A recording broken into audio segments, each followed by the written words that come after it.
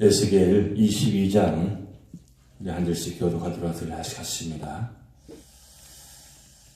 또 여호와의 말씀이 내게 임하여 이르시되 인자야 내가 심판하려느냐 이 피 흘린 성읍을 심판하려느냐 그리하려거든 자기 모든 가정한 일을 그들이 알게 하라. 너는 말하라. 주 여호와께서 이같이 말씀하셨느니라. 자기 가운데 피를 흘려 벌받을 때가 이르게 하며 우상을 만들어 스스로 더럽히는 성아, 내가 흘린 피로 말미암아 죄가 있고 내가 만든 우상으로 말미암아 스스로 더럽혔으니 내 날이 가까웠고 내 연한이 찼도다. 그러므로 내가 너로 이방의 능욕을 받으며 만국의 조롱거리가 되게 하였노라.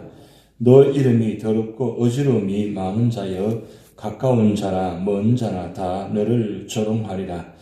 이스라엘 모든 고관은 각기 권세대로 피를 흘리려고 내 가운데 있었도다. 그들이 내 가운데에서 부모를 업신여겼으며 내 가운데에서 나그네를 학대했으며 내 가운데에서 고아와 과부를 해하였도다.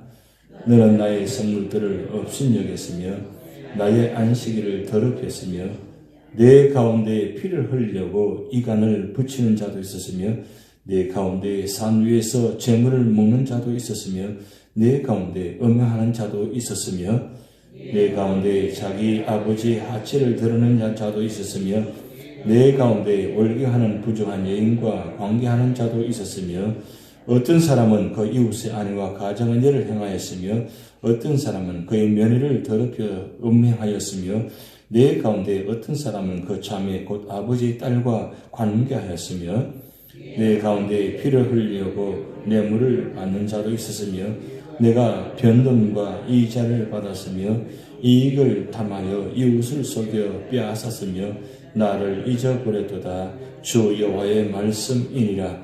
내가 불의를 행하여 이익을 얻은 일과 내 가운데 피 흘린 일로 말미암아 내가 손뼉을 쳤나니 내가 내게 보응하는 날에 내 마음이 견디겠느냐 내 손에 힘이 있겠느냐 나 여호와가 말하였느니 내가 이루리라.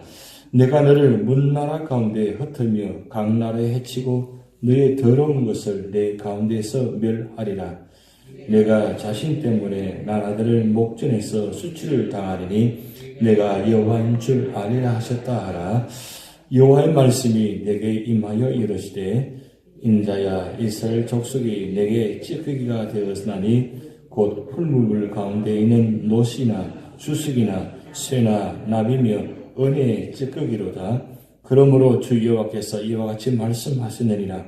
너희가 다 찌꺼기가 되었은즉 내가 너희를 예루살렘 가운데로 모으고 사람이 은이나 노시나 쇠나 나비나 주석이나 모아서 풀무불 속에 넣고 불을 불어 불이 녹이는 것 같이 내가 노염과 분으로 너희를 모아 거기에 두고 녹이리라.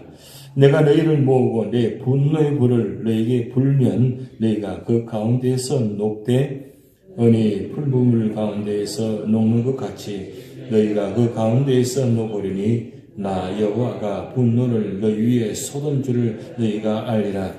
여호와의 말씀이 내게 임하여 이르시되 인자야 너는 그에게 이르기를 너는 정결함을 얻지 못한 땅이요 진노의 날에 비를 얻지 못한 땅이로다 하라. 그 가운데에서 선지자들의 반역함이 우는 사자가 음식물을 움키기 같다도다. 그들이 사람의 영혼을 삼켰으며 재산과 보물을 탈취하며 과부를 그 가운데 많게 하였으며 그 제사장들은 내 율법을 범하였으며 나의 성물을 더럽혔으며 거룩함과 속된 것을 구별하지 아니하였으며 부정함과 정한 것을 사람이 구별하게 하지 아니하였으며 그의 눈을 가리어 나의 안식일을 보지 아니하였으므로 내가 그들 가운데에서 더럽힘을 받았느니라. 그 가운데 그 고관들은 음식물을 삼키는 일이 같아서 불의한 이익을 얻으려고 피를 흘려 영혼을 멸하거늘 그 선지자들이 그를 위하여 회를 칠하고 스스로 허탄한 이상을 보며 거짓 복수를 행하며 여호와가 말하지 아니하였어도 주 여호와께서 이같이 말씀하시니라 하였으며 이 땅 백성은 포화하고 강탈을 일삼고 가난하고 궁핍한 자를 압제하고 나그네를 부당하게 학대했으므로 이 땅을 위하여 성을 쌓으며 성 무너진 데를 막아 서서 나로 하여금 멸하지 못하게 할 사람을 내가 그 가운데에서 찾다가 찾지 못하였으므로 합독하시겠습니다.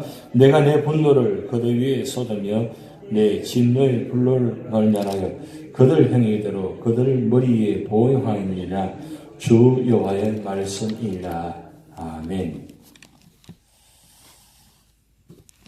오늘 에스겔 22장은 왜 유다가 예루살렘이 멸망할 수밖에 없었나 그 이유를 아주 구체적으로 기록해 놓았습니다. 아마도 성경에 열왕기상부터 시작해서 오늘 에스겔 본문까지 그 많은 장 중에 가장 구체적으로 유다의 죄를 제목들을 다 기록해 놓았습니다. 한마디로 말하면 총체적인 부패입니다. 1절부터 16절까지는 세 가지 타락상이 나오는데 그것은 종교적인 타락, 그 다음에 도덕적인 타락, 그 다음에 사회적인 타락, 이 세 가지를 구분해서 구체적으로 기록해 놓았습니다. 종교적인 타락이 무엇이냐? 그것은 우상을 만들어서 더럽히고 하나님의 성물을 없인 여기고 그리고 안식일을 더럽히고 그리고 산 위에서 엄나는 제사를 드리고 그리고 무엇보다도 하나님을 잊어버렸다는 이 종교적인 타락을 기록해 놓았습니다.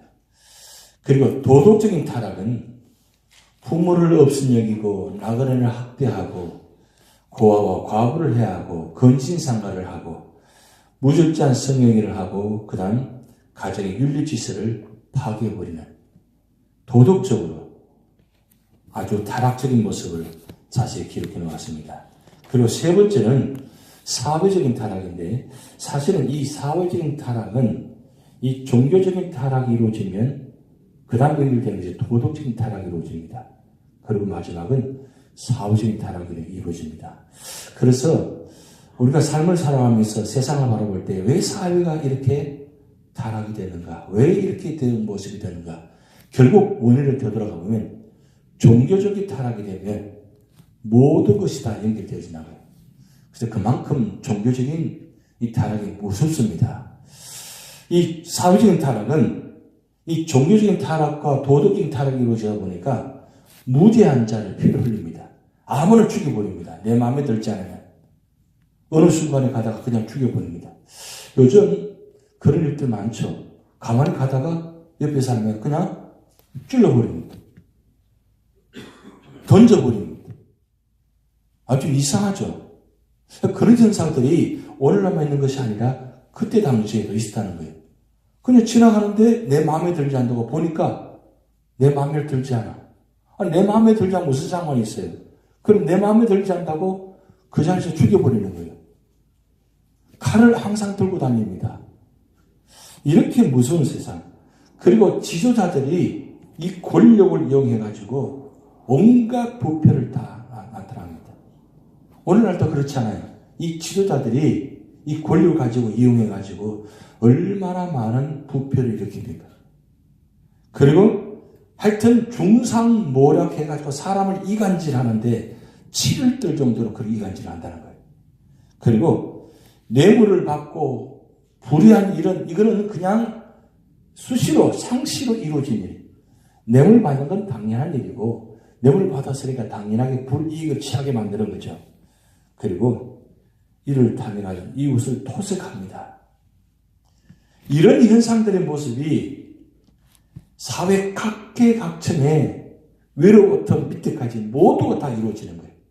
위에만 부패한 것이 아니라 밑에까지. 사실 위에가 부패하니까 밑에 사람들, 힘이 없는 사람은 어떻게 합니까? 살아가야 되니까. 정의는 이미 없어진 지 오래되고 공의는 없어진 지 오래됩니다. 그런 사회적 현상들이 이 유다 예루살렘 중심으로 이루어집니다. 그러다 보니까 이 종교적, 도덕적으로, 사회적으로 타락되어지는데 이런 모습을 좀 더 구체적으로 23절부터 31절까지 네 가지 각계각층의 제약을 상을 지금 또 더 상세하게 기록해 놓았습니다. 23절부터 30절까지의 네 가지 모습. 첫째는 선지자들입니다. 이 선지자들이 이거는 참 선지자가 아니고 거짓 선지자입니다. 참 선지자는 많지 않았습니다. 몇 사람에게는 다 거짓 선지자입니다. 이 거짓 선지자들이 어떻게 했냐? 이 거짓 선지자들이 누구냐면은 바로 종교적으로 그 다음에 지도자들과 연결된 사람들입니다. 권력을 같이 나누는 사람들입니다. 이 사람들이 지위를 이용해서 재물을 축적합니다. 그리고 경건한 자들을 좀 믿음으로 살아가는 자들을 이 거짓 지도자들이 다 죽여버립니다. 그러다 보니까 예루살렘에 과부들이 홀로 된 사람들이 너무 많았다는 거예요. 믿음으로 살아가고 올바르게 살아가는 사람들은 이 지도자들, 거짓 지도자들이 죽여버리는 거예요. 아무도 모르게 암살해버리는 겁니다. 그리고 약한 방백들을 부정을 비유합니다. 왜냐하면 위로부터 아래까지 다 부벼 있으니까, 그리고 그들과 결탁되어 있다 보니까 뭔가 자기들과 고리가 연결되어가지고 서로가 비유하는 거예요. 약한 자는 높은 자를, 높은 자는 약한 자를 서로가 다 이득을 취하는 방법들이니까. 그리고 거짓 이해를 여호와의 말씀으로 둔갑해가지고 말씀을 선포하는 거예요. 그리고 약한 사람들은, 힘이 없는 사람들은 이 거짓 선지자의 말을 듣습니다. 그렇게 들을 수밖에 없어요. 왜? 그렇게 안 하면 살아갈 수가 없으니까. 그게 바로 선지자, 거짓 선지자의 모습입니다. 거기다가 또한 제사장들이 참 많습니다. 근데 이 제사장들이 참 제사장이 거의 없고, 많은 제사장들이 이 제사를 드리면서 율법을 범합니다. 그리고 하나님의 성물을 더럽힙니다. 그리고 거룩함과 속된 것을 분별하지 않습니다. 아무 것이나 받아들입니다. 여러분, 북이스라엘이 망한 이유 두 가지라고 그랬습니다. 첫째는 금송아지를 만들어가지고 베들과 단에다가 아예 북쪽과 남쪽 끝에다가 만들어가지고 온 북이스라엘을 이 금송아지의 절하게 만들었어요. 두 번째 제약상은 아무나 제사장을 세워가지고 제사를 드리게 만드는 거예요. 그러다 보니까 이 거룩한 것, 속된 건 중요하지 않습니다. 그냥 아무 것이나 가지고 오면 받아가지고 그것도 제사를 제대로 드리는 것도 아니고 이 재물을 더럽힙니다. 그냥 아무거나 다 먹어버립니다. 이런 모습들, 거기다가 안식일은 아예 없어집니다. 안식일을 지키는 것이 아니라 안식일을 통해 가지고 더 속된 것을 만들어 버립니다. 이런 모습들, 그리고 방백들입니다. 이 방백들은 고관들인데 이 고관들이 그 권세를 이용해 가지고 온갖 부정부패를 다 일으킵니다. 그리고 백성들입니다. 선지자만, 제사장만, 고관들만 부패한 것이 아니라 백성들도 살아가야 되니까 그냥 정당한 방법으로 살아가서는 살아갈 수가 없습니다. 예루살렘에 머물 수 없습니다. 그래서 약탈합니다. 서로가 물고 먹이고 죽입니다. 이 정도로 부패해져 있는 모습들. 그래서 오늘 17절부터 22절까지 말씀 보면 그 모습을, 그들의 행위를 보고 하나님 이렇게 말씀합니다. 찌꺼기와 같다 그랬어요. 찌꺼기. 이 벌어진 겁니다. 찌꺼기와 같다. 그럼 이 찌꺼기를 어떻게 되느냐? 풀무불, 용광로 속에 던져버린다는 거예요. 던져버려서 다 녹여버린다는 거예요. 그래서 여기 보면 녹는다, 녹인다 이 말씀을 계속해서 반복하면서 말씀이 나타납니다. 하도 많으니까, 총체적인 부패니까 모두가 다 녹여버려야 되니까 얼마나 많이 녹게 되겠습니까? 그런데 여기서 한 가지 중요한 뜻은 뭐냐면 태운다 하지 않고 녹인다 그랬어요. 없애버리지 않고 녹인다 그랬어요. 왜 그러면 태워서 없애버린다 하지 않고 녹인다 그랬을까요? 그것은 녹인다는 의미 속에는 정죄한다는 의미가 있습니다. 찌꺼기 모든 것 남은 거 다 태워가지고 순수한 것만 뽑아낸다는 뜻이에요. 이게 바로 하나님의 말씀입니다. 하나님은 이스라엘 유다의 그 죄악성을 바라보면서 그 죄악들을 풀물 속에 던져가지고 다 녹여서 태워가지고 남은 순수한 것만 남겨서 이것을 통해서 회복한다는 뜻이에요. 그러니까 결국은 이 에스겔서에 성경에서 가장 죄악성을 가장 구체적으로 기록한 장은 바로 에스겔서 22장입니다. 그러면 이렇게 구체적인 기록된 모든 죄악상들이 이 찌꺼기예요. 이걸 용광로 속에 넣어가지고 완전히 정제식에서 녹여가지고 참된 것으로 깨끗한 것으로 만들어낸다는 거예요. 우리 욥기 23장 10절 말씀에 그 유명한 고백이 있죠. 나의 가는 길을 오직 그가 하시나니 나를 단련하신 후에는 나를 순금같이 만들어 주시리라. 하나님은 유다를 용광로 속에 넣어가지고 정제시켜가지고 순금을 만드시려고 그렇게 나오는 겁니다. 여러분, 순금은 많지는 않습니다. 태워서 다 녹여가지고 마지막 딱 하나 나오는 것. 이게 크진 않습니다. 결국 마지막 때에 남은 자는 누구냐? 바로 순금같이 되어진 자예요. 그래서 우리 삶 살 자리에 우리가 부지불식간에 여러 가지 모습들이 나타날 수 있잖아요. 그런데 하나님은 그냥 두시지 않는다는 거예요. 이때만 이렇게 하시느냐? 오늘날도 하나님은 이런 죄악성들을 그냥 바라보지 않고 어떻게 하시느냐? 기다리시다가 마지막 순간에 하나님 고난을 통해서 집계하십니다. 믿음의 사람은 징계하십니다. 근데 믿지 않은 사람은 심판하십니다. 그 차이점이에요. 그래서 고난이 우리에게 다가올 때에 우리가 어떻게 믿음을 해석하느냐? 내가 하나님 앞에 뭔가 보시기에 이런 찢기고 같은 모습이 없었는가? 그래서 어떤 삶의 자리를 간에 그 삶의 자리를 하나님 앞에 돌아오는 자리, 하나님 뜻을 깨닫는 자리.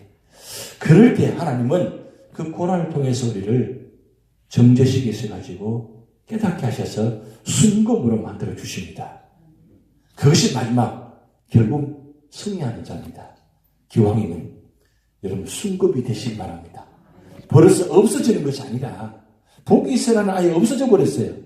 그런데 여러분 역사적으로 보면 그 없어진 사람도 흩어진 사람도 마지막까지 믿음을 지킨 사람은 놀랍게도 이 536년에 바벨론 1차 포로 기환 때 이 사람들이 합류해가지고 함께 예루살렘으로 돌아옵니다. 이 역사적인 사건입니다. 결국은 끝까지 믿음을 지키는 자만이 하나님은 승리하게 하신다는 사실입니다. 기왕이면 순금 같은 성도가 되시기를 주님을 축복드립니다. 다 같이 기도를 하시겠습니다. 하늘에 계신 우리 아버지여, 이름이 거룩히 여김을 받으시오며 나라에 임하옵시며 뜻이 하늘에서 이룬 것 같이 땅에서도 이루어지이다.